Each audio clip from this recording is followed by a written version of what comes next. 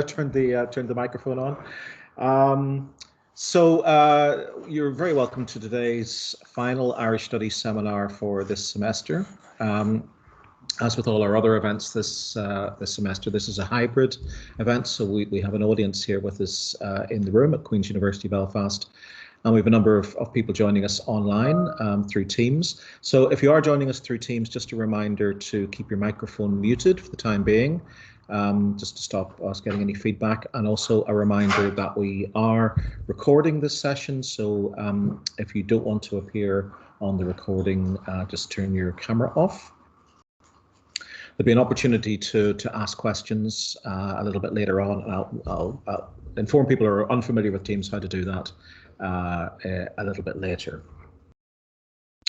Okay, so today's speaker is Professor Colin Harvey, who is Professor of Human Rights Law here in the School of Law at Queen's University Belfast, very well known to many people, both in the room and online. Colin is, in addition to his chair in law, is a fellow of the Senator George Mitchell Institute for Global Peace, Security and Justice, and also an associate fellow of the Institute of Irish Studies here in Queen's. He served as head of the law school, as a member of the Senate, as director of the Human Rights Centre, served 2 terms as commissioner on the Northern Ireland Human Rights Commission, and has been a member of the Northern Ireland Higher Education Council. And before returning to Queen's in 2005, he was Professor of Constitutional and Human Rights Law at the University of Leeds. And Colin has obviously written very widely on the human rights law of Ireland, North and South, and has been very active in engaging and opening up space for conversations about the constitutional future of Northern Ireland. That's what he's going to speak to us about this afternoon. He doesn't have a presentation, so this will be a talk directly to the audience and to camera. So Colin, I'm going to hand over to Colin directly now. He's going to speak to us on the constitutional change conversation in Ireland, where now. So Colin, let me just pass you the microphone. Okay. We'll get you on camera. Okay, thank you very much, Peter. Thank you, virtual audience, in-person audience. Really pleased to be here today to talk to you all and discuss where we currently are and where we're going next. The focus of this presentation is on conversation about constitutional change, where it is and where it might be going next. All of you will be aware that in recent weeks there has been more polling, more responses and more interventions, and it seems like scarcely a week goes by without another intervention in the debate. You've seen polling published in the Sunday Business Post, Irish Times over the weekend, Lord Ashcroft polling, Young Fine Gael initiative last week, Billy Kelleher MEP intervening, Doug Beattie's comments recently as well, leader of the UP, Mary Lou McDonald in the US, among many, many others. So there's a sense in which this debate continues to generate considerable interest in terms of polls, responses and interventions. Just want to be specific for the purposes of the seminar today in terms of the title. When I talk about constitutional change in the title of this presentation, that refers specifically to the choice on the island of Ireland contained in the Good Friday Agreement between a united Ireland and the union with Britain. No other options are provided for in terms of the agreement framework. In terms of constitutional change, talking about the associated right that goes with that of self-determination and the principle of consent related to it. Essentially, what I'll be talking about today is the exercise in popular sovereignty referenced in the agreement that determines constitutional status, that's guaranteed as a matter of international legal obligation and not only as a political agreement. So there are 4 themes in the discussion this afternoon, or the seminar. 1, I just want to provide some background. 2nd, I want to say something about procedural process questions around all of this. Then something about new and united Ireland question mark. question mark is deliberate. What do you mean when you use the term new and United Ireland? And then I want to share some thoughts about where things may go next, bearing in mind there are multiple different views on where this all is going next, and multiple different views as to where this currently is as well. So just in terms of some background, none of which will be novel to anybody in this audience or listening online. The debate itself is not new, but the modern discussion around constitutional change has a very distinctive and particular framing in the Good Friday Agreement and its political and legal implications domestically and internationally. It's a peace political agreement that recognises the distinctiveness of this place, an agreement to govern, participate in the new special arrangement or arrangements that have emerged here. The principle of consent and the right of self-determination and the framing of those are politically and legally settled. The matter of status will be resolved by way of referendums. I'll say something about that in a moment. Leaving the door constitutionally open here doesn't mean people will exit the room, but the temperature of the room may shape their thinking, as might levels of respect, equality, civility, etc., etc. So housed in a special arrangement with a built-in right to transfer sovereignty, but really the premise for much of what I say today is nothing is inevitable in that, and there are alternative potential outcomes. In terms of background Brexit, the B word, multiple B words I suspect at the moment, but Brexit is one of them, has had a significant impact on the discussion from, again, multiple perspectives. One is the symbolic and practical repartition of the island of Ireland, even with the protocol. And I think the tendency on all sides of the protocol debate to over-egg the protocol pudding for or against doesn't help very much with clarifying both its strengths and its weaknesses. But in reality, one jurisdiction on the island is in the European Union and one is out of the European Union, with the EU offering automatic re-entry to Northern Ireland in the event of a vote for constitutional change. Unionist reaction to the protocol, the mitigating measure in relation to all of that, now is also a prominent feature of debate here, as I needn't tell anybody listening today. On constitutional change, there's an odd dimension to the current conversation, I think, because when you survey the literature and the work that's being done in universities, around universities by political parties, civic initiatives, there's been a proliferation of projects that are already underway or have been completed, whether those are university projects looking at aspects of this, individual academic engagement across a range of disciplines, political science, history, law, politics.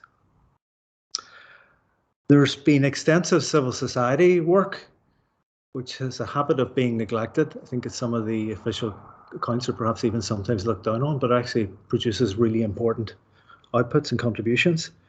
Political parties themselves have been doing work on this, both as parties and their individual members and representatives in personal capacity as well as party capacities.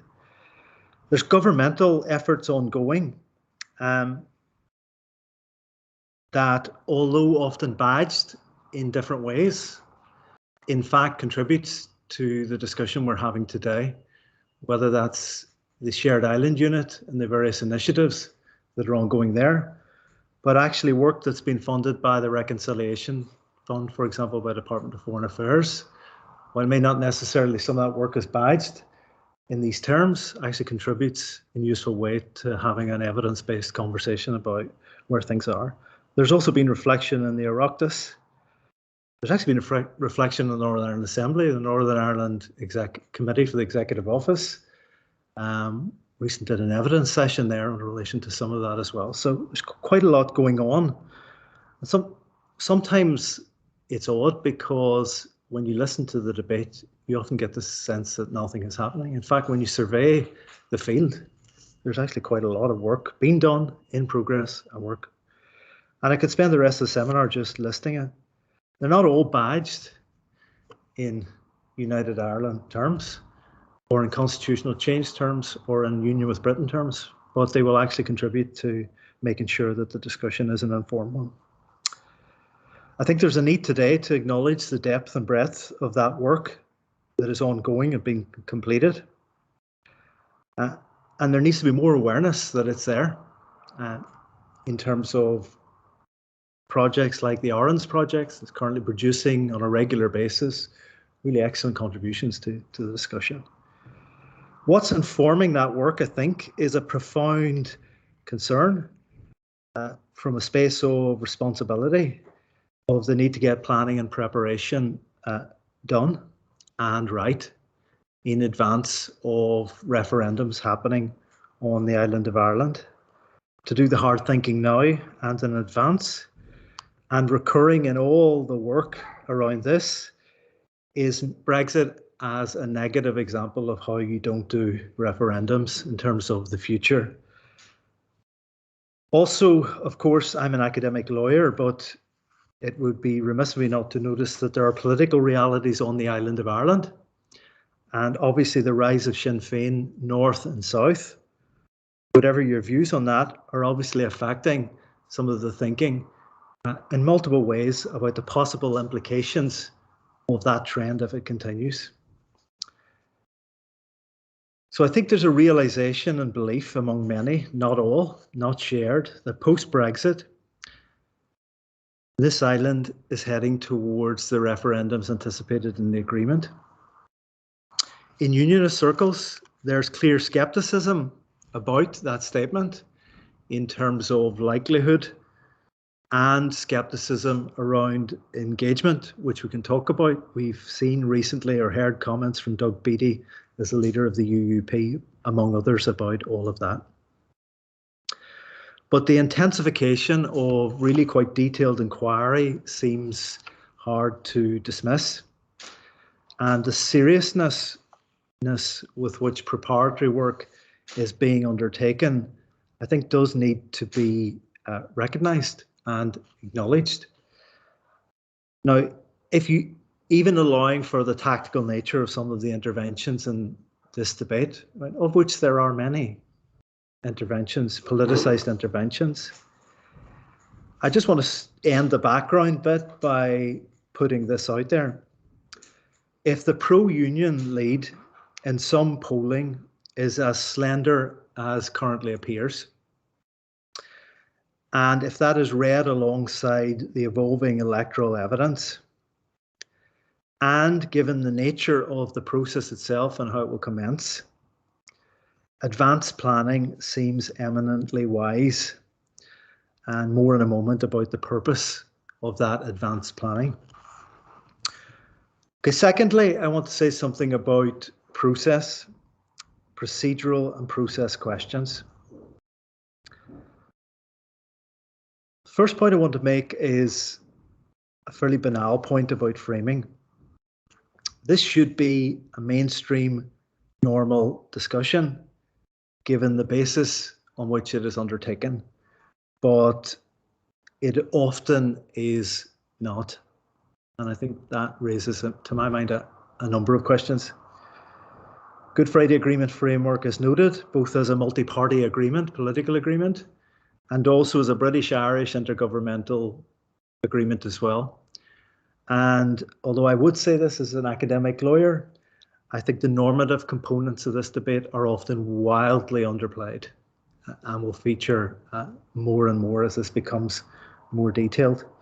There's recognition in the protocol. Article 1 of the protocol makes clear it doesn't affect constitutional status or is without prejudice to constitutional status of Northern Ireland. And that framing has been recognised around the world, including in the US and the EU. There's domestic law recognition in both states, the Northern Ireland Act 1998 in terms of Section 1, Schedule 1, Bunrock na Heron, Article 3, new Article 3. So the nature of the legal obligations that surround all this and the normative underpinning is underplayed, I think, at your own risk And the reason I say that in terms of processes, my sense is that substantial elements of this process will be litigated almost all the way through. So paying attention to the legal framework, I think, matters. On process, I think it's plain. Principle of consent, right of self-determination in the Good Friday Agreement belongs to the people of the island of Ireland, subject to Northern Law. Doesn't belong to an institution, doesn't belong to a political party, belongs to the people of the island of Ireland. It's an exercise in popular sovereignty, north and south. It'll be taken forward within existing normative frameworks and institutional frameworks in the UK and Ireland around, for example, referendums and the way that they're held north and south. And you'll know that there are changes happening at the moment in terms of electoral commission in the south of Ireland. Plus any intergovernmental agreements reached prior to the votes taking place. It's likely to have an intergovernmental framing before these referendums happen. And that may include, for example, forms of oversight in terms of the process itself. And one of the questions I've raised elsewhere is, given the likely contested nature of the process, whether some form of international oversight, which has proved helpful in the past, may prove helpful in this circumstance as well. I've noted earlier the range of academic and civic initiatives who are exploring, and have already clarified the nature of the procedural framework governing the referendums. RN's project, UCL working group, civic initiatives like Constitutional Conversations Group, Ireland's Future, individual academics like Colin Murray, Aoife Donoghue, all providing very, very useful information, background research on how the process and referendums will happen. So in other words, work on the process dimensions of the referendums is relatively well advanced and has provided really very, very helpful framework in clarifying permissible options in terms of how that will happen. Just to revisit some of those, again, because I think they're worth reiterating. There are two options in the agreement: Sovereign United Ireland, union with Britain.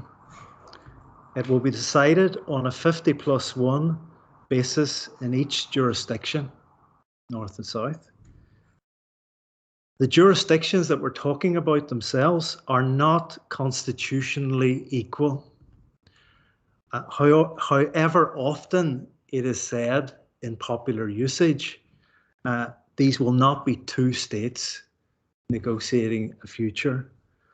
Northern Ireland is a region, jurisdiction within the United Kingdom. Ireland is a state. That seems to me, as a matter of constitutional law, and to matter quite a bit in terms of some of the options that are on the table. So these are not two states on the island of Ireland, constitutionally speaking. And I think that has an impact, for example, on those who are referencing federal or confederal options for the future. And the question I would raise in that context is, what are the constitutive units of any federal, confederal options? So, for example, recently in a presentation by David McWilliams, seems to be quite taken by Switzerland, for example, as a model of the future. But what precisely are you talking about in terms of the units of a federal or confederal arrangement, given that factual background? My own view is that the referendums will be concurrent. That means there'll be simultaneous referendums, north and south. That's based on the British-Irish Agreement is an international legal agreement, read according to the Vienna Convention on the Law of Treaties. A good faith reading of the ordinary meaning of the terms there leads me to very little conclusion other than that it's concurrent referendums on the island of Ireland. There's a broad discretion for the Secretary of State, British government, in relation to triggering all this. One of the more intriguing aspects of the entire process is that a right that belongs to the people of the island of Ireland, the process is triggered by the Secretary of State for Northern Ireland, the British government. Two things there. There's a broad discretion, and I think in some of the conversation there's confusion around this. The Secretary of State can do this at any time, subject to limits that have been outlined in a Court of Appeal judgment in Northern Ireland in the McCord case, putting some parameters around that, but essentially could take this step at any time. There's a duty to do so, however, if it appears likely that a majority would vote for a united Ireland. And as you all know, there's endless discussion about what the evidential basis will be for triggering that duty, opinion polls, elections, etc., etc. And maybe revisit that in a moment in terms of planning. And I think although there is, and there are elements of disagreement, there is a measure of convergence beginning to evolve around the starting point in the Good Friday Agreement and what that might mean, but not total agreement. There's also anxieties, there are also anxieties being expressed about the implications of some of that. It seems to me that the Good Friday Agreement framework is clear, but there are clearly some who are anxious about that. And the debate at the moment seems to oscillate. There's those who feel that the goalposts are being moved at this stage in the process, right? When you hear the debate around 50+1 and people talk about the implications of that and the citation of Seamus Mallon and all that stuff. And that triggers an anxiety that the goalposts are being moved just as the island may be about to head towards these things. On the other hand, there are those who worry about managing a peaceful process and an outcome that might be sustainable over the longer term, and how you do that in a peaceful and sustainable way. My own view is that altering an agreed framework in the context of this society and this island now is very unwise indeed. So the agreement framework and the parameters are already clearly set. In terms of process now, you will all have noticed that there's been a strong emphasis in public debate on civic engagement in advance of the referendums taking place. And there have been a number of recommendations for the establishment of a citizens' assembly or assemblies that will explore all potential and permissible eventualities in the result of these things happening. There's been reference to an Oireachtas joint committee in order to do some preparatory work, ministerial responsibility, reference to possible production of a white paper. In terms of the current discussion, I think, in my view, it would be sensible for the Irish government to initiate a discussion and to do its own proactive advanced planning as soon as possible in relation to this.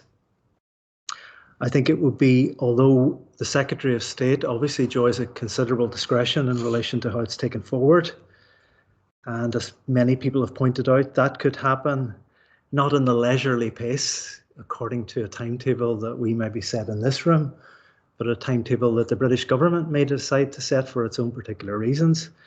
I think the wiser course is for a British-Irish framework agreement in advance of this happening, something that may look like a joint declaration or a framework document, evolved from discussions within the British-Irish Intergovernmental Conference would be preferable. I suppose the question I have is, the alternative is, would you prefer to be propelled into all this unprepared? Could be at any time. So I think it's significant that at the moment the weight of emphasis, and I think it's quite significant this and perhaps under-acknowledged, is on a managed, intergovernmentally agreed approach with extensive civic and political engagement in advance in the context of a post-conflict society within which this is likely to take place but needs to be managed properly. My own view is that bringing clarity and certainty by facing into the implications now rather than running away from them is essential. But the process itself ultimately is about, in a well-managed way, facilitating a choice to be exercised by people on the island, on which there are, as we all know, divergent civic and political views. Thirdly, I want to say something about the theme of new and united Ireland. Question mark, to start. The Good Friday Agreement refers to sovereign united Ireland. That's the language used in the agreement. And my view is that the debate will advance, as the current debate here does at the moment, with people providing what they see as their most plausible interpretation of an agreement-compliant approach to all this. Right. So much of the discussion, it's been quite interesting, has immediately moved to the language of new. New in United Ireland. We've also long-running emphasis on shared Ireland or island, reconciled Ireland or Ireland, agreed Ireland, island. Good Friday Agreement, however, again, just to reiterate, uses the language of sovereign United Ireland. Those who are proposing supporting change will need to make a case. And I think one of the most interesting aspects of the debate to come will be the continuum between those who are proposing relative continuity in terms of what a reunified Ireland will look like, and those who are proposing more transformative change in relation to the constitutional change that might or may take place. And on both the pro-union and the pro-unity side, these will be some of the most fascinating aspects of the discussion as to where the proposals will eventually end up in those continuums between continuity and transformation. Now, there's never going to be absolute continuity in the reunification of Ireland model. Why? And this goes back to the legalism bit, because there are binding legal obligations on the Irish state in terms of what these proposals are going to look like. And these obligations must be respected. There are absolutely clear forward-facing obligations in the British-Irish Agreement that will transfer on to the Irish state in the event of a transfer of sovereignty. The tricky part or interesting part is working out what exactly they will require of the Irish state. Now, I understand why people who quite rightly, myself included, see this as an exciting opportunity for a discussion about doing things differently in the next 100 years. And I understand the use of that language of new and blank page, but by necessity, it won't be a blank page discussion about the future, because there are binding obligations on the Irish state that will have to be respected, not just in the agreement, but in international law as well that will shape it. So the question is, how new is the new for those who are proposing a new Ireland? And obviously reflecting on some of the polling and other work that is emerging in recent times. How new is the new, given the challenges and successes of the existing Irish state and what will be on the table? Now, that's not just about the substance of proposals that are going to emerge, but it's also about, in advance planning, how the proposals themselves emerge and be constructed as a matter of principle. I've no doubt there are people in this room and who are watching online who could sit tonight and draft a new constitution, or we'll have a go right after I stop for a new Ireland. But would that be the right way to do it? So in other words, some of the values that we're talking about should infuse both the process and the substance of what emerges. And that raises questions about when they're done, i.e. before the referendums take place or afterwards. And those are important questions. Thus far, I think the focus has been commendably on evidence. A lot of university initiatives and civic initiatives, and that in itself is instructive. But ultimately, my own view is that reasonably soon, something that looks like a unity manifesto or New Ireland manifesto is going to be required, whatever your view about eventual sequencing. And it's going to be something that a future Irish government and the Oireachtas will have to implement and be deliverable in practice. So what might persuade and what might be deliverable in each of the jurisdictions in terms of something that looks like a manifesto along those lines? In the work that's emerged so far, I think 4 themes are emerging prominently in the discussions. One theme that has been very prominent thus far are is the theme of socioeconomic guarantees and change. In fact, one of the striking things, north and south, is the extent to which basic socioeconomic guarantees and the desire of people on the island of Ireland to see them implemented are driving politics in the here and now and are shaping people thinking about the future in areas such as housing, healthcare, and standard of living. Also, and obviously enough, second, questions of culture and identity and equality. How will some of those things be respected in new arrangements, and what will be required? Thirdly, the theme of political participation and the structures of a new Ireland, unitary, federal, confederal. Does our executive and assembly stay? Does it go? What happens next in terms of political participation? And the fourth theme that is crystal clear from the discussions thus far is the lack of detailed knowledge in the here and now about the island that people share. The lack of knowledge about the north and the lack of knowledge about the south in both bits. And somebody said at a recent event, in some senses, both parts of the island turned their backs on each other, and there's a lack of knowledge in the here and now, which I think initiatives like the Shared Island Unit and other initiatives are helping to try and overcome. And there's also a lack of detailed knowledge about what is being proposed. Obviously, it's quite remarkable to ask people to vote for United Ireland tomorrow in a poll with no substantive content to the proposal. People are being asked to vote for things. The status quo, there's a relative familiarity with, but a United Ireland in the abstract is obviously a challenging thing to poll people on. What does it actually mean in context? So it'll be worth watching, I think, as more engage where the proposals end up in the continuity transformation continuum. And I think that's a debate to keep your eye on. It's been striking how quickly people have moved to new constitution, new transformation. But as more and more people engage in that, let's see where that ends up. What will be on offer? Plus, just a final point, what the blending will be in this new Ireland manifesto between substantive guarantees and also post-reunification processes.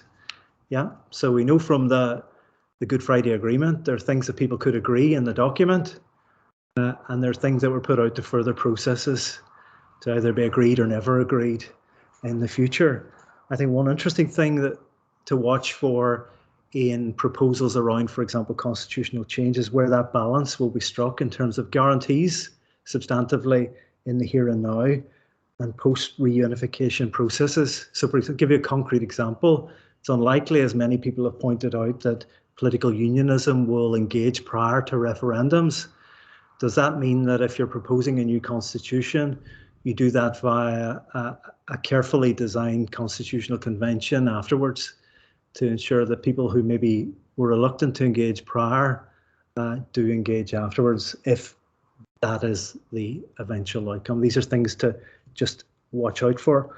Also bear in mind, in terms of what people are proposing, any British government, no matter what it promises, is always struggles with the concept of the legislative supremacy of the Westminster Parliament, so, but also for an Irish government, any Irish government will always have to keep an eye on the will of the Irish people in terms of going along with what's being proposed as well. So, fourthly then, where now? You'll be glad I'll try and round all this, where this is going now.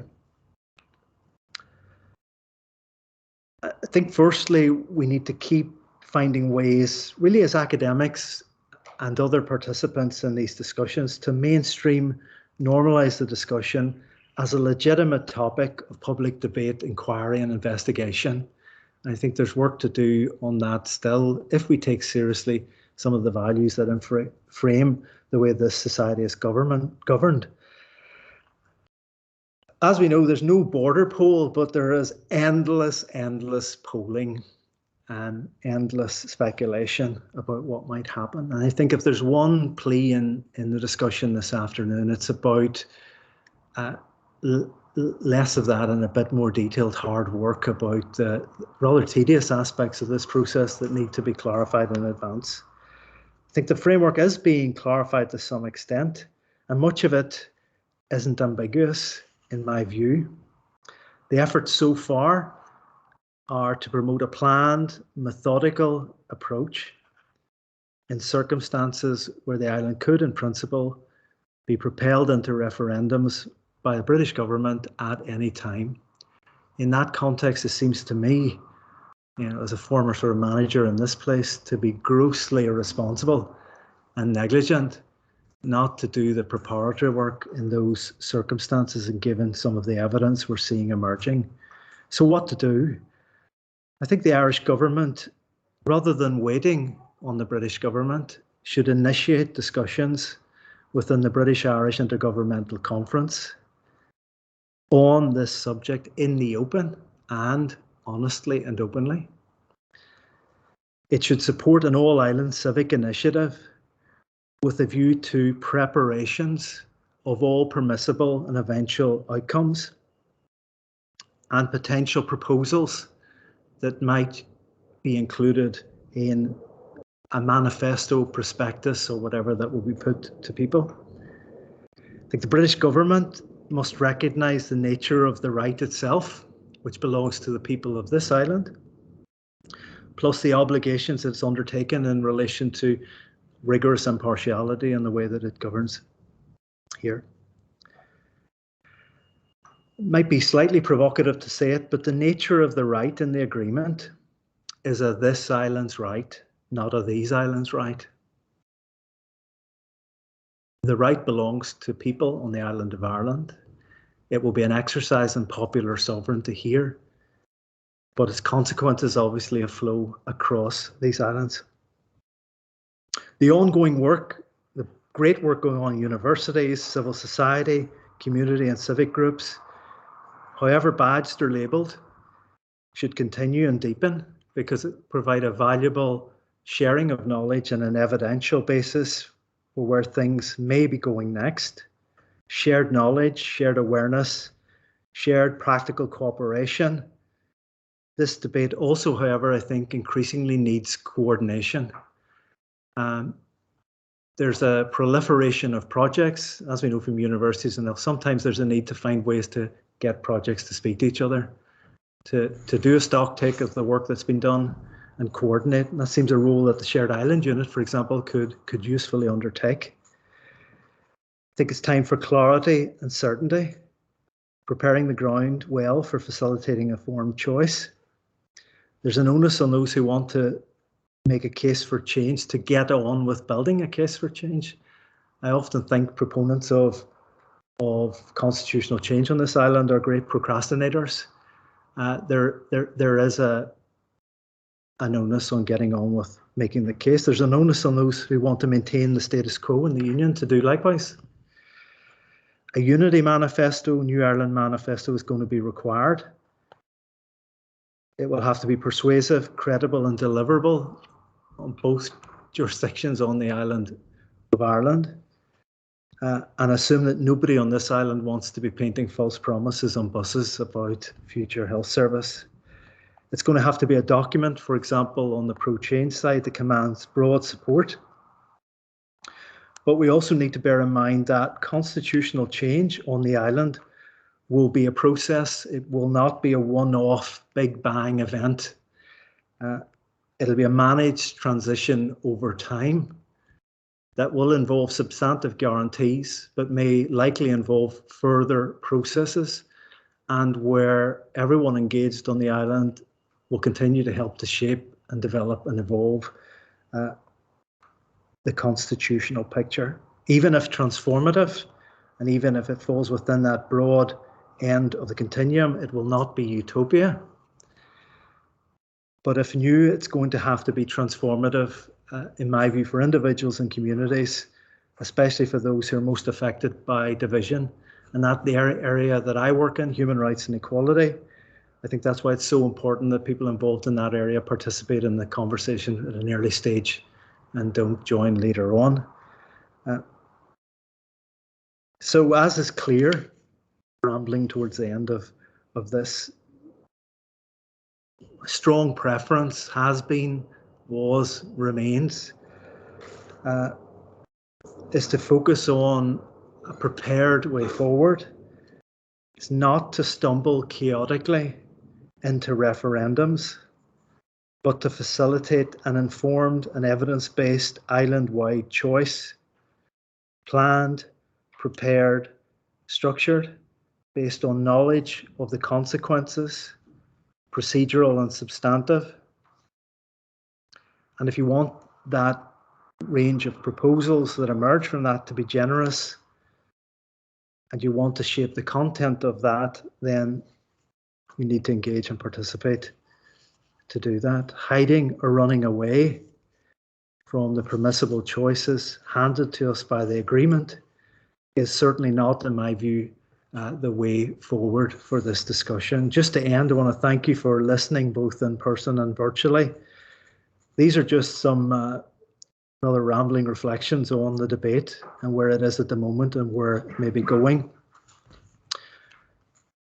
My aim is to be as boring as possible in some senses about the constitutional side of it, because ultimately, obviously, as odd as that may sound in a post-conflict society, we're talking about a responsible, managed process of facilitating choice by the people of this island, that will involve the possible transfer of sovereignty over this region, where people have radically divergent views of the constitutional future. Now, people often say here, we're obsessed with the constitutional question, constitutional legal questions, but I think we're not. I think we're obsessed with the constitutional question in the abstract. We're obsessed with speculating about it endlessly and often tediously in code or indirectly or through varieties of proxies for doing that. I think what's different about what's happening in a post-Brexit environment here is that people are getting ready to actually ask the constitutional question and let everyone know the consequences of answering it in detail. My own view is that we're in a pre-referendum phase, or what looks like a pre-referendum phase to me, where various sides in this debate are strategizing, developing tactics, with a mind to being in these concurrent referendums in the decade ahead. They're sharing ideas, they're getting views, they're gathering together, they're participating. Those arguing for constitutional change, I think, are heading towards a process that will construct designs for what's something that's going to look like a manifesto for a new Ireland. The content of that document is relatively open, but not entirely open, given some of the normative commitments that are already there. Question would be what pro-union advocates are doing in relation to that discussion and how that engagement takes place, bearing in mind that the reality is quite understandably political unionism will not engage in designing a united Ireland for people who support constitutional change necessarily. Now, many of the views outlined here are not universally shared views, and people will disagree with some of the things that I have outlined and said, and many of the basic assumptions which are informed by my own participation and engagement in this debate as an academic, but as a sort of human being who lives here as well. A strong belief, maybe wrong, that this choice is going to be exercised in the decade ahead, and that we need to be prepared, and that there's a real risk that this island is going to stumble into these things and not be ready. My own view is that universities have a significant role to play in the discussion, and may be asked to have a significant role to play in these discussions in terms of developing a well-informed, evidence-based contribution to the debate and clarifying positions, doing comparative research, doing the work that's needed so that options are clarified. Just by way of conclusion on that, I think that role will not be assisted by denying academics basic rights professionally or personally. It won't be assisted by political interference in the work of universities, either direct or indirect, by undermining academic freedom, or by treating academics, by treating us like machines robotically detached from civic engagement and participation in the societies in which we are actively embedded. That's especially the case if you genuinely believe what it says on the branded tin, that the people who work in them should help shape the future. Thank you very much.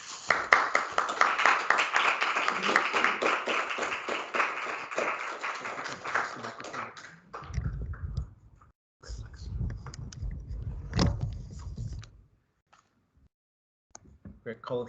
Thank you so much for that. There's much to think about and to discuss and debate in what you said. We have an opportunity now to discuss some of those themes.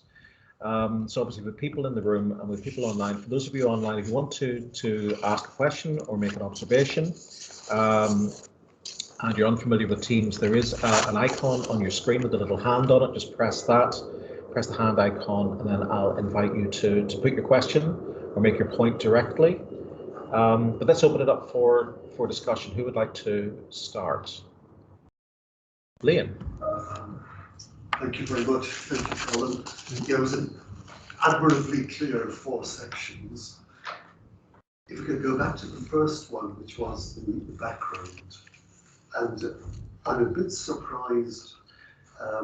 Sorry, I'm musical. Is that okay? Yeah, go ahead. Yeah, I'm a bit surprised that the recent past and the 3 decades of troubles don't feature as part of the background at all, because clearly that will influence the current debate and the future one, the constitutional futures.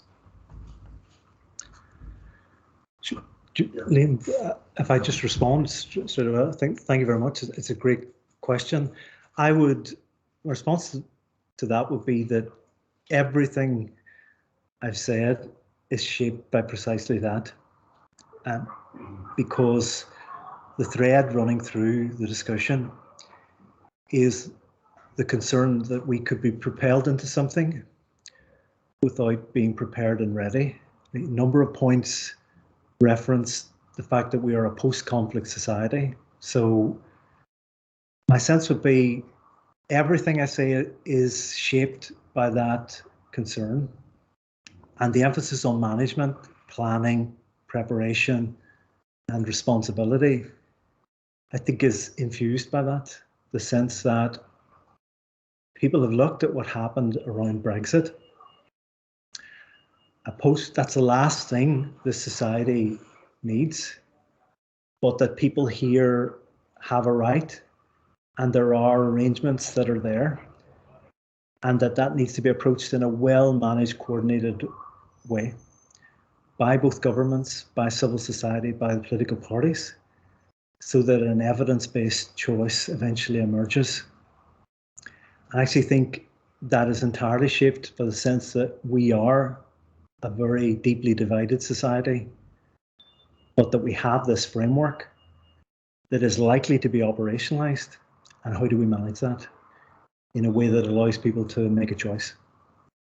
See, I could agree with almost all of that, possibly all of it, but I still don't think we can be in the position of faulty towers like "Don't mention the war," because I think there are a whole range of issues coming out of the troubles which are still with us, obviously, affect us at every level, and there are ethical issues as well. Actually touched on normative as well as positive dimensions of the debate, which I think is very helpful. But I think we also need to be clear on some of the ethical issues involved. You mentioned Irons. I wrote something on precisely this, which but 2 people have read, I would imagine. And so, see, one of the big issues that comes through in terms of looking at the troubles was the IRA's armed struggle justifiable? I mean, would you regard it as justified? Well, I think that what we're talking about this evening is how do we frame a constitutional conversation about the future. I think in terms of the Good Friday Agreement and the mechanisms there, in terms of resolving the past, you know, there are proposals on the table. So I think the first answer to that is implementation of the Good Friday Agreement in the here and now is work in progress. I think there are proposals there and agreements as to how to resolve those. And I think it's helpful to see those in a comprehensive way. So one of the reasons for emphasizing, in a sense, that this isn't an overnight discussion, that it's an evolving process, is that will continue to be work in progress, even in new constitutional arrangements on the island of Ireland. But I don't need to say to people in this room or virtually that in a range of areas, including how to deal with the legacy of the conflict here, there are a range of unimplemented, unfinished things that still need to be done. So, you know, one example I would give is the Bill of Rights process at the moment here, which, you know, is still ongoing. So, you know, my sense is that none of this is about saying that you simply move on and forget what happened in the past. But I think we find ways to agree or propose models that would try and deal with both the legacy of the past and the framework for the future in a comprehensive way. And I think that was where I wanted to focus in that presentation. Yeah, but just one final, I mean, that's all very well, Colin, but you haven't answered my question, and I think you should, both as a public intellectual and as a professor of human rights. Was the IRA's armed struggle justified? I'm essentially here, Liam, tonight talking about the framework for referendums on the constitutional future. Like, I've given you an answer to the question about how. In all of that. I think the Good Friday Agreement makes clear that the conversation that will be happening in the future will be happening on a peaceful and democratic basis. There are a number of mechanisms there, how we deal comprehensively with the past that need to be taken forward. And I think we need to focus on those.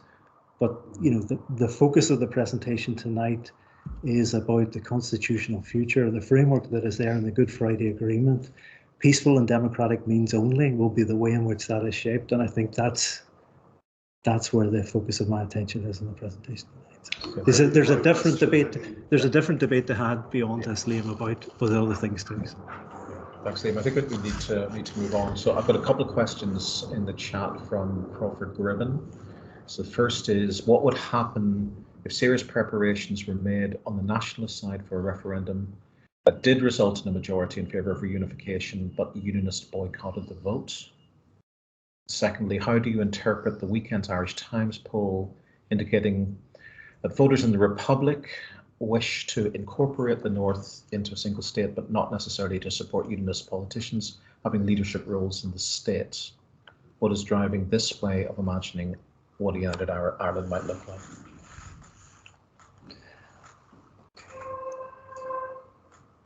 Okay, I think one of the things that is important in terms of the first question is it will be important to ensure buy-in to the Good Friday Agreement process and framework for taking this forward. I think there is a risk, more likely on this occasion, that a unionist boycott is a real question. But I think I've been encouraged by, for example, recent comments from Doug Beattie that he's a Democrat, and for example, would expect that. But I think ultimately one of the key points in terms of the presentation tonight is that how do you manage this in a way, how do you frame this in a way that secures as much buy-in as possible? My own view is it has to be clear that this is going to proceed, if you like. The right is there in the Good Friday Agreement. There's a Good Friday Agreement framing for it. And I think it needs to go forward on that basis. But obviously securing as much buy-in to the procedural questions as possible is absolutely vital and important. Second question is around the debate which I highlighted there around continuum between continuity and transformation. I think the debate on the shape of what a united Ireland will look like is only really beginning in terms of where that discussion will go next. And a sense you're hearing and seeing in polling was immediate reaction to a debate that is only really beginning. But I think what it highlights to me is this point is that constitutional change will be a challenge to the existing Irish state as well. There's often an assumption, maybe the assumption around the first question is that this process will be challenging to unionism, for example, in terms of its engagement. But I think it will also be challenging to the Irish state. It will be challenging to people in the south of this island in terms of what may be required in order to achieve this outcome. There's also the reality that nothing is necessarily inevitable in relation to this. Those who want this discussion to be, or who use the language of new in relation to discussion, or who prefer a sort of transformative outcome to it, do need to engage in that conversation, because there's a way of achieving reunification on the island of Ireland within the existing constitutional framework, amended to reflect the obligations in the Good Friday Agreement. And there'll be those, and I've heard more of this recently, who will enter the debate saying that this can be achieved within the framework of the existing Irish Constitution, amended to reflect commitments from the Good Friday Agreement. For example, the current UK arrangements largely reflect the commitments in the agreement through devolved power sharing arrangements in Northern Ireland. The Union flag hasn't further been amended to accommodate nationalists in Northern Ireland. And as far as I can see, God Save the Queen is still the national anthem in terms of the. So the question is how much the central British state at the moment would shift to accommodate a pro-union argument, and I suppose the same on the unity side as well. But I suppose what the conversation will challenge the Irish state, but I think those who wish to see a transformational outcome need to engage, need to participate, and need to put proposals on the table around that. And particularly at the moment, and one of the themes that I referred to in the talk is that those who want to see human rights and equality, social justice, climate justice at the heart of this conversation, need to actively participate in the discussion as well. I think there's a nervousness about contributing to this discussion among civic and community groups here and elsewhere. And I think people need to sort of cast aside that nervousness and join the debate. Otherwise, some of the parameters of this conversation may get frozen very early in the discussion.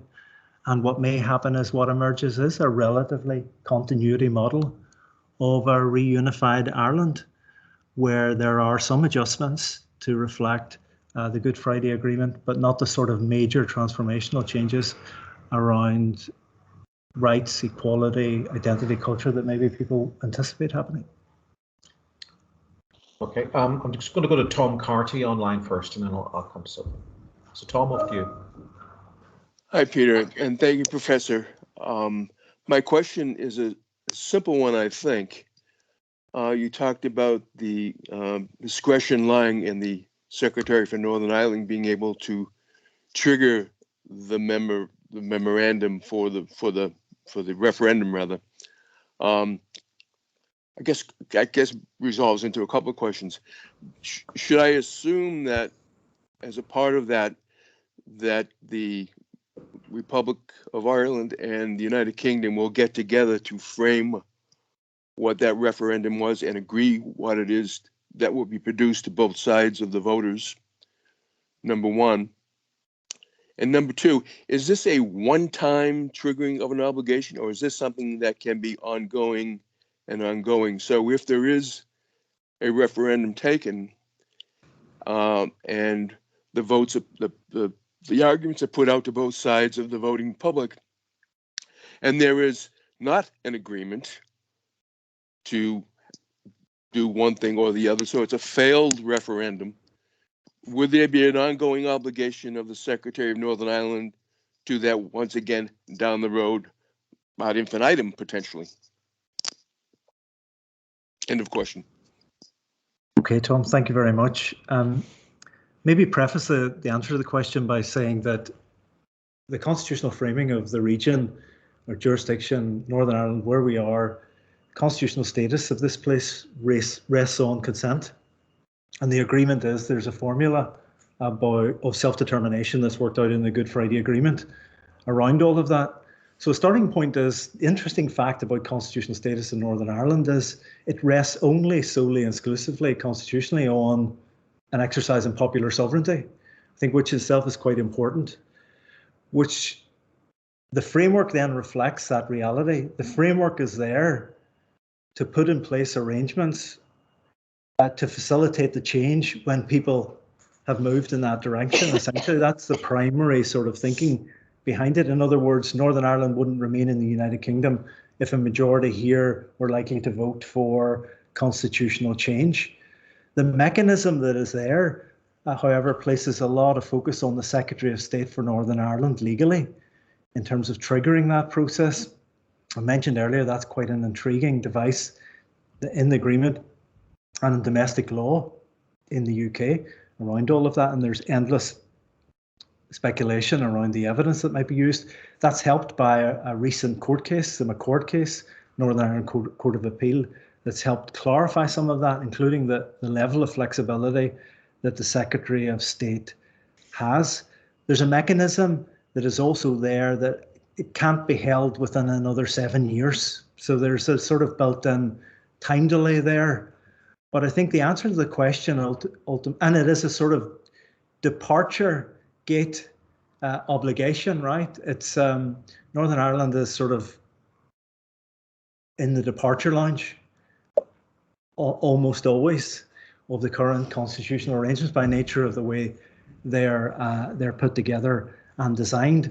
But the starting point for me is simply that if you resolve a self-determination dispute by placing the constitutional status of any region, including this one, on an exercise in popular sovereignty, if it appears likely that is shifted, then you have to have a mechanism for facilitating essentially a transfer of sovereignty, in this context, to the Irish state.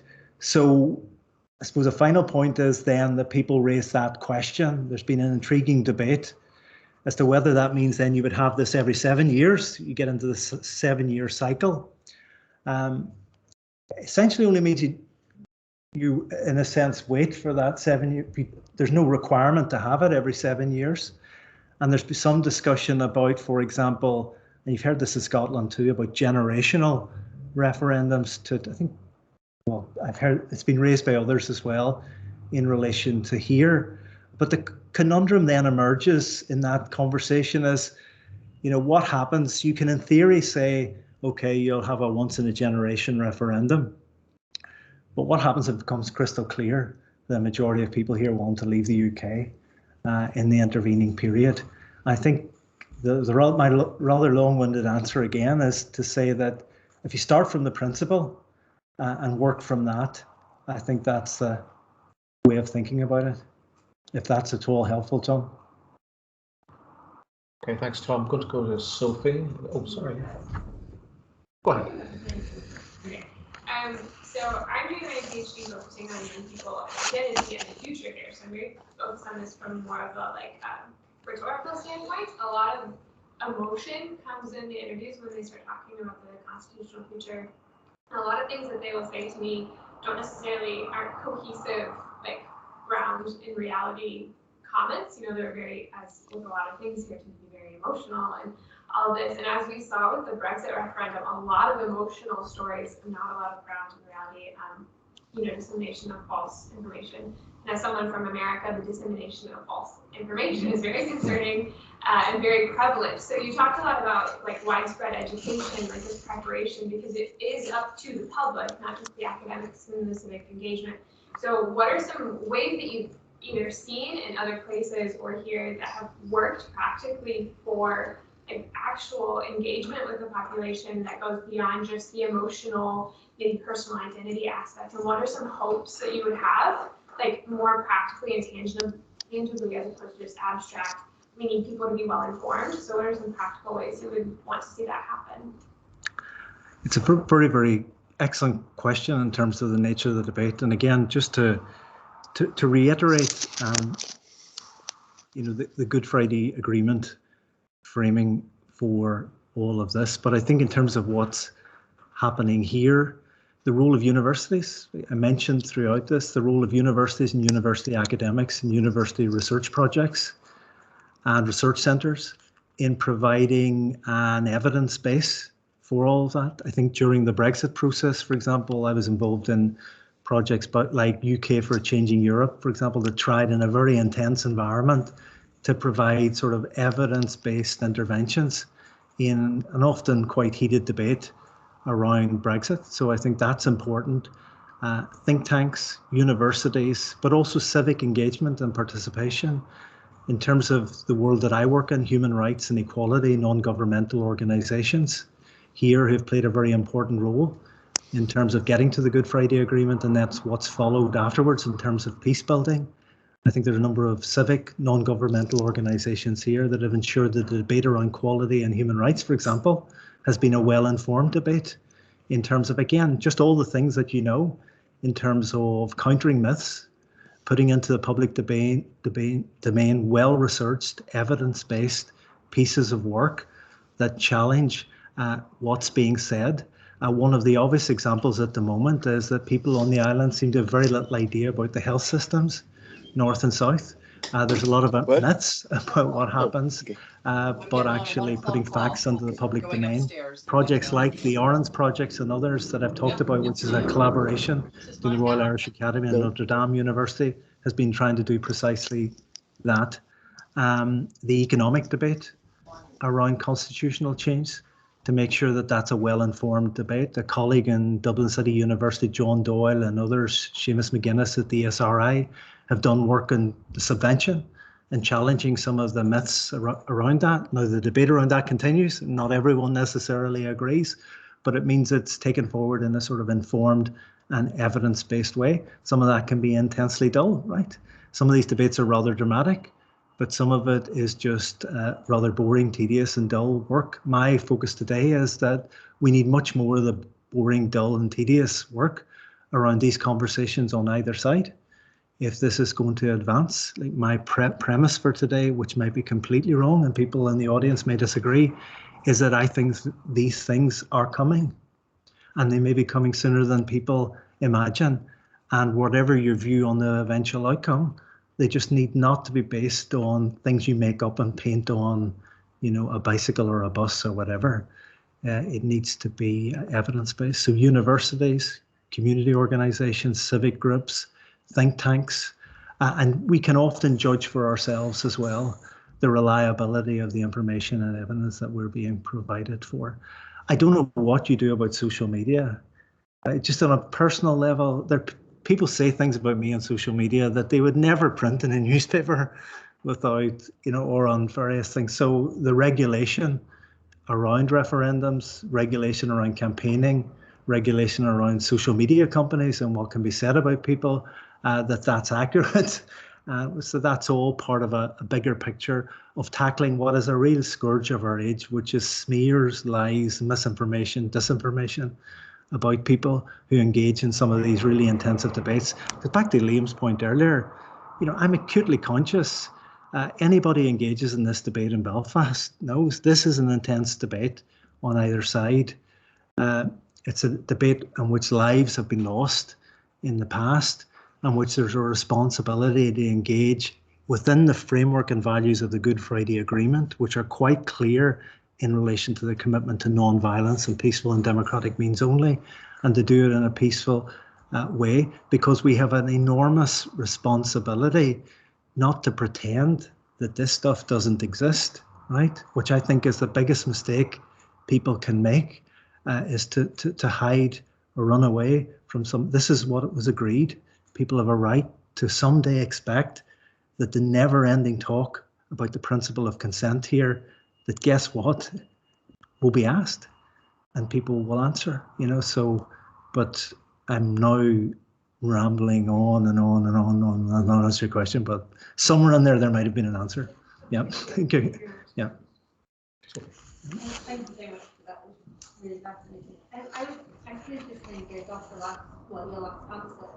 And I was just thinking of how we go about building trust, particularly between the Westminster Government and Northern Ireland, particularly in light of the kind of recent address report and the seemingly fundamental lack of understanding within huge parts of Westminster, Northern Ireland, Northern Irish government, but also just the kind of conversations that are happening here.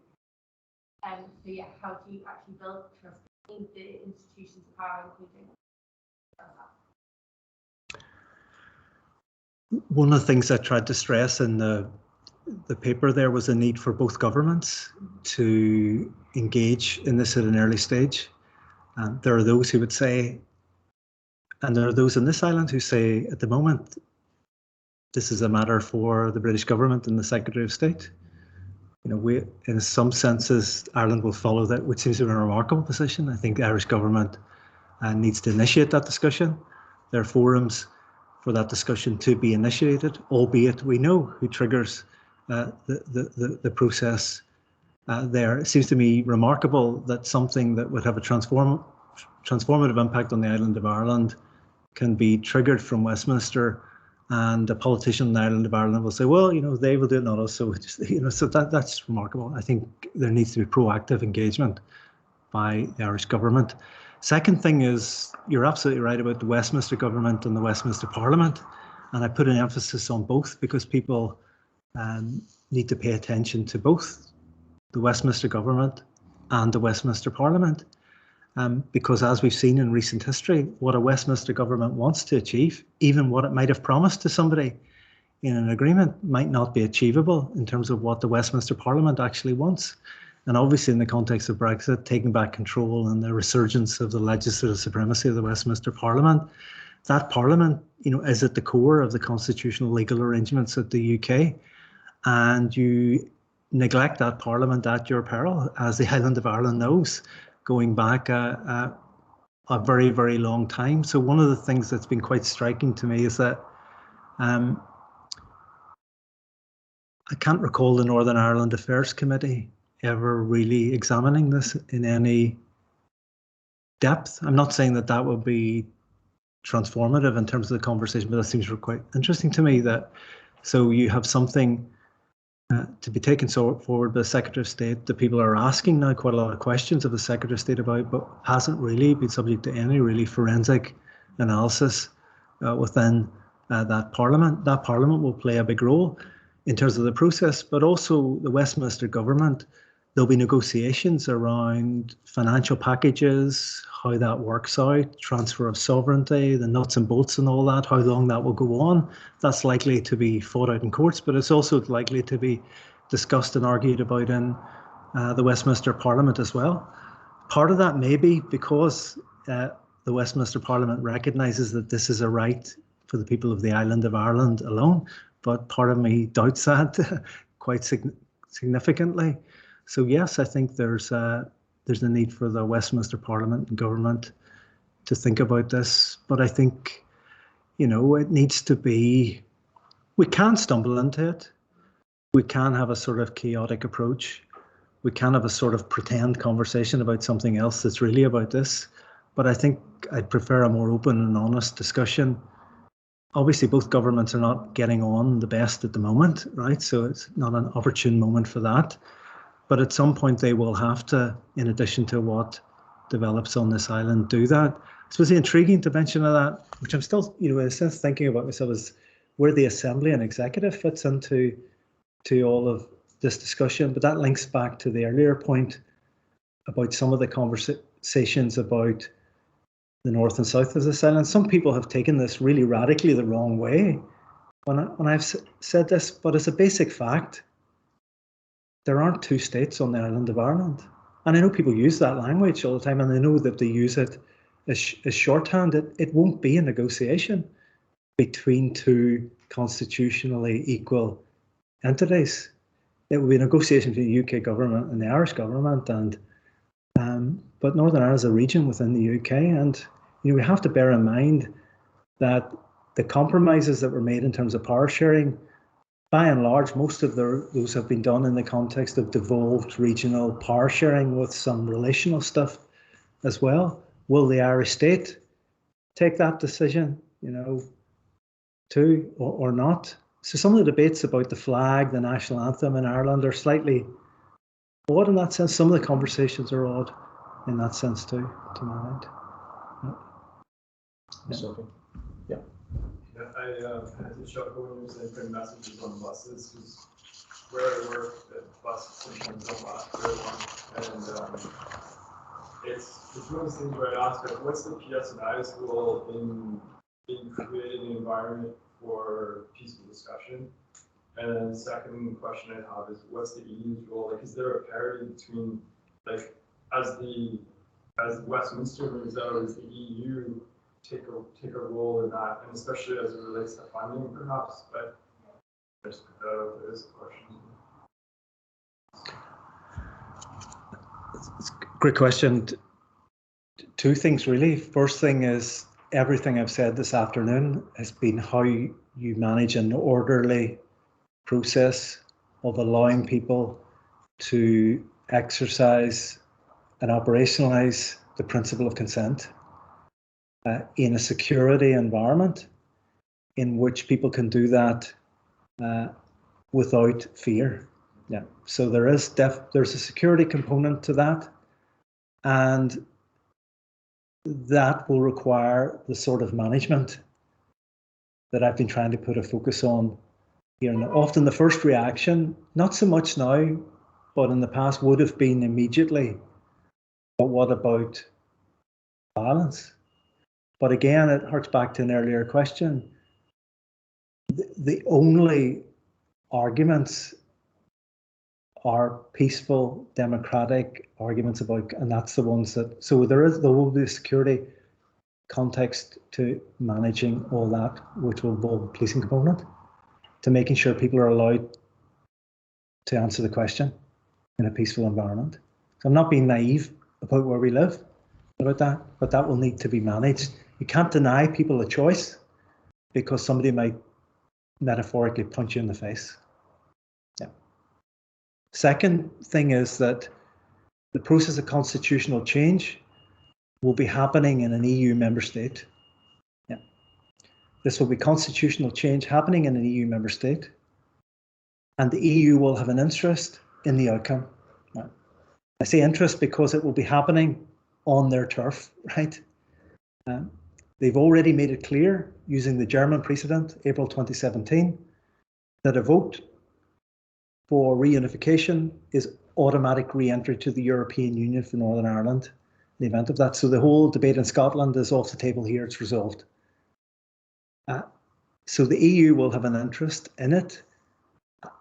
In a previous, I think, Irish Studies seminar, my view is, just like the Irish state, the British state, should be doing necessary preparatory work, I think the EU should be doing that also. Northern Ireland will be received back into the European Union. My own view is this will be a good news story in Europe and around the world when it happens. I think there'll be significant European goodwill towards this island, not just rhetorically, but also tangibly in terms of support for that. But it has consequences for the EU, so the EU needs to be thinking about this too. And when I say thinking about it, what I mean is this: when these referendums happen, and it's true of any public body, and it's true of the EU as well, put it as simply as this: you'll be asked the question. Yeah, the EU will be asked the question about its role and what will happen. But I would bring that down to the micro level in Northern Ireland. In Northern Ireland, these constitutional outcomes are supposed to be equally legitimate. Yeah, maybe slightly provocatively say, I suspect most of the public bodies in this jurisdiction, if you were to ask them that question today, they wouldn't have an answer, or they wouldn't have done any work on it. So again, in the framing of preparation and planning, it's how the EU would answer the question, and I've done some work on that as well at a practical level. Again, and I'm no doubt boring you all this afternoon by my repetitively repeating the same thing and again, but it is about just getting ready for whatever people decide to do. People decide to remain in the UK, or people decide they want change, ready for either outcome. I suppose a final point on that is there's often less emphasis on what the proposition is around maintaining the union with Britain, I suppose.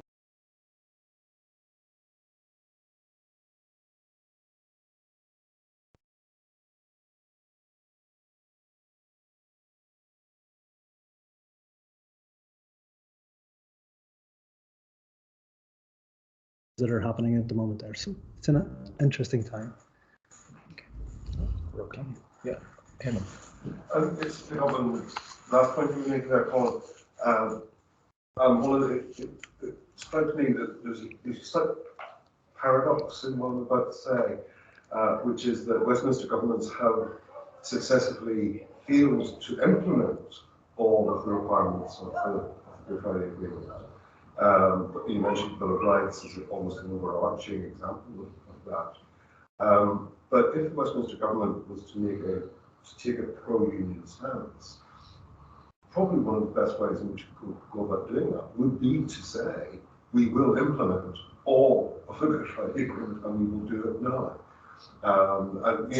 And would that be the kind of innovative thinking about the union that you're talking about? And because it seems to me there isn't such a thing really as a status quo here. After a referendum like this, things will have changed or should have changed in one way or another. And the obvious one is for reunification. But it seems to me the union needs to be thought about as well. Again, it's a great question. There's equal amount of thought being given in the UK at the moment, as you know, post-Brexit, to a range of constitutional options. Brexit has caused turbulence to the UK constitutionally. And for example, work coming out of Wales, ideas Mark Drakeford and others have been proposing around a sort of voluntary union of people and how that would evolve. Notions around the UK becoming a more federated or federal entity in the longer term, and the sort of recurring debate that first-year constitutional law question every time, should the UK have a codified constitution? Should this stuff be written down in a way that's respectful of the different devolved regions and nations and all of that? So there's an equally interesting conversation happening in the UK about where things go next. Obviously, a referendum campaign that was fought on the concept of taking back control and Westminster supremacy increasingly looks like they really meant executive dominance rather than Westminster. So there's an interesting debate about how you might enhance the powers of the Westminster Parliament going forward. I think that all those conversations are happening. Third one, there was no first and second, so it's just again, look, there's there's a pro-union case and always has been for the protocol. If you want, I use the analogy of, I can't remember, a room in a house, where the door is open and people leave. What would encourage people to stay in the room? The temperature here is quite nice, conducive, respectful company in the room. So we might stay in the room on the longer term. So, to me, as somebody who's worked in human rights and equality for many, many years in issues of social justice, the more appealing you make the jurisdiction that people are in, the more likely they may want to stay in the room and not head for the exit door. Yeah. So issues around civility, equality, human rights, social justice, an evolved sense of what being, pro-union might mean in the circumstances of the UK. But here's the difficulty. How do you do that in a post-Brexit landscape, in a context of what's emerging from Westminster and the current Westminster government, who are driving people, I suspect, into at least pondering whether the other option may look like the better option. But you're right, you know, ideas that are emerging. Again, Wales gets neglected a lot, but interesting ideas emerging out of Wales that, if you were, you know, in a sense, trying to evolve a pro-union position, are really interesting and novel as to how a more pluralistic UK would look like. And also, you know, in constitutional law terms, for years, constitutional lawyers in Scotland and Northern Ireland, you know, were quite comfortably talking pre-Brexit about a more pluralist UK emerging and more respectful. And then Brexit came along, and what looks like sort of command and control model from Westminster sort of scuppered all that sort of thinking about, well, so, but can that be retrieved? Could that be rethought? And I think it's probably a more neglected aspect of the debate as to those here who are making the case for the union. Should they be vociferously pro-Bill of Rights, pro-protocol, to make the advantages of remaining in the current constitutional arrangements more appealing? To me, right, and having been on various occasions accused of various levels of delusion, the hope would be, and the hope in the agreement, I think, was that people would engage in an exercise of, you know, attractive persuasion. Our model is the nicer model. And to me, some of the things you're talking about, implementing the agreement properly, having a proper rights and equality framework, is how you try and keep people in the room. So I want to, you know, like all of us, we want to hear all sides in the debate. And as I said earlier, that will be equally challenging for the Irish state, where throughout that history as well, there have been quite stark issues around equality, rights, and social justice too, that this conversation will have to face into. Okay, so a couple of last questions. Yeah. Can I just pick up on this through a letter walking here? No, can I say no? No, go on. Go on, I'm joking. How do you think climate justice pertains to this question? Absolutely fundamentally important. You know, in terms of the area that I worked in for all my life so far in terms of human rights, just to give you an example, probably not widely known. Like, I was on the Human Rights Commission that was involved in drafting the Bill of Rights advice to UK government. There's an environmental right in the recommendations in that document. I just wonder how many people actually know that. You know, so what interests me about this discussion is the potential for the transformational bit of the conversation, that we've done things wrong, very, very wrong, on both parts of the island over a 100-year period and before that as well. And there's an opportunity in the discussion to put that right in terms of all the people who have paid the price of that neglect on this island. And climate justice is clearly absolutely front and centre to the future conversation. There's no point waffling on about a shared island, let's be candid, if in 100 years' time we're underwater, right? Or the shared island has shrunk in half.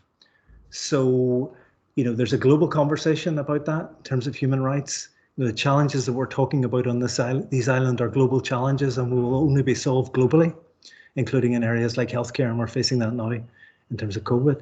But the environmental one is absolutely fundamental. And if a New Ireland manifesto, let's say, or the pro-union manifesto doesn't have something coherent to say about climate justice and the environment, then there'll be a very, very big gap in the proposals that emerge.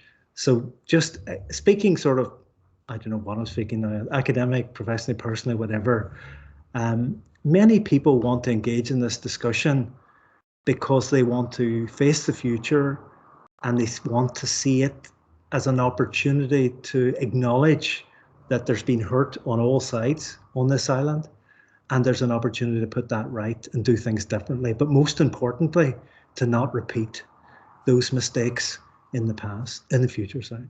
Yeah. Michael, last question to you. I was just going to ask you, Colin, I think you mentioned in relation to self, it wouldn't be necessarily starting with the state, possibly providing obligations on the other side. And having, as we said, just thought about the EU isn't a problem. Whatever the binding, just thinking about what the major binding obligations are from this perspective. And are there any binding obligations in the UK side? Again, brilliant point, Michael. Really excellent. Starting point is, and there was the paper seminar was because some of the discussion proceeds as if there aren't a range of legal obligations, and probably as a legal academic, I'm more prone to that. Political scientists will tell me, or sociologists, that's not how the world works, or anthropologists, laws. But I think it does matter. Normativity matters, right? So what I mean by normativity is that the Good Friday Agreement is both the multi-party agreement and the binding. There's a British-Irish intergovernmental treaty there as well that contains a range of clear obligations. So the rigorous impartiality obligation is there already and applies to the British government. Now, one of the things about a number of these obligations is both the UK and Ireland aren't dualist states for international law purposes. What that means is, without domestic incorporation, some of these legal standards can be close to meaningless, right, in terms of what happens in day-to-day life, but they're there still as international obligations. So rigorous impartiality. There's also very clear obligation in terms of the future around citizenship and identity rights, the right to be British or Irish or both. And we've seen that play out in terms of how that's interpreted in the here and now and how that might be interpreted in the future. And I suppose for people who say, well, what are the rights of, in terms of British citizenship in the future? There are guarantees that are there in the here and now that obviously the Irish state will be required to respect in a transfer of sovereignty. But here's the thing, right? No future Irish government or state can grant people British citizenship. It's an interesting question, for example, given levels of trust in the British government or Parliament, is that what will future Westminster Parliament do about people born on the island of Ireland? The Irish government can't give people born on the island of Ireland British citizenship. So there are guarantees there, some of which face towards the Irish state, some of which face towards the British state. Then thirdly, there's an ongoing discussion about everything else in the agreement, right? And there's two views on that. I think there are those who take the view that much of the agreement should really carry forward into a new, so it might look very like what we're in now in terms of the Assembly and Executive. And there are those who are less sure about that aspect of the future arrangements. So I think there are clearly forward-facing things around rigorous impartiality, parity of esteem, mutual respect, but guarantees in terms of British citizenship and identity. And there's debate about the other things. That's just the Good Friday Agreement. Something that's often neglected is that there's a whole panoply of international law standards that both states have agreed to in international law that will also have to be respected during this process.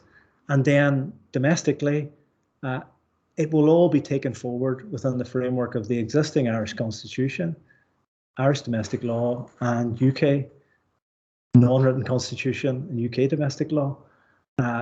The framework around referendums, campaigning, how they're held, same in the South as well.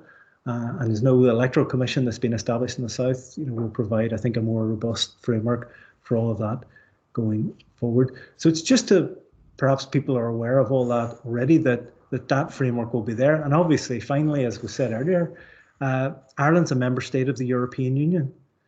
So it will also be happening within the framework of European Union law and the obligations that exist there in relation to a whole host of areas too.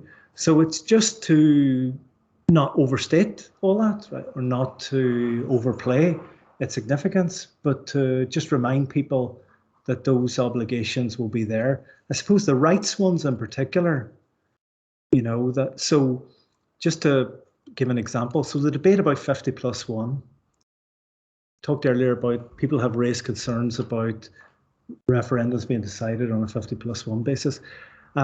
It's absolutely clear that that's how it will happen, but that's the wrong debate. The debate needs to shift into the assurances and guarantees that are going to be there whatever happens on the far side of all these. And I think it's that side of it and those standards, including those human rights standards in relation to minority rights, for example, in a reunified Ireland, that need to be drawn out, clarified, and need to form part of documents that are going to emerge to reassure people that their rights aren't just guaranteed by verbal, rhetorical, political agreements, but are hardwired and guaranteed as matters of law, and then should be, one would like to actually physically enforceable in courts as well at the far end of it. Okay, our time is up for this afternoon. Thank you all, whether you're here in person or online, for participating. It's been a really interesting discussion. Thank you particularly to Colin for coming and getting us kind of focused on these issues, which are going to continue to remain at the forefront of debate and discussion going forward for us. So we might just finish by perhaps giving Colin a round of applause to thank him for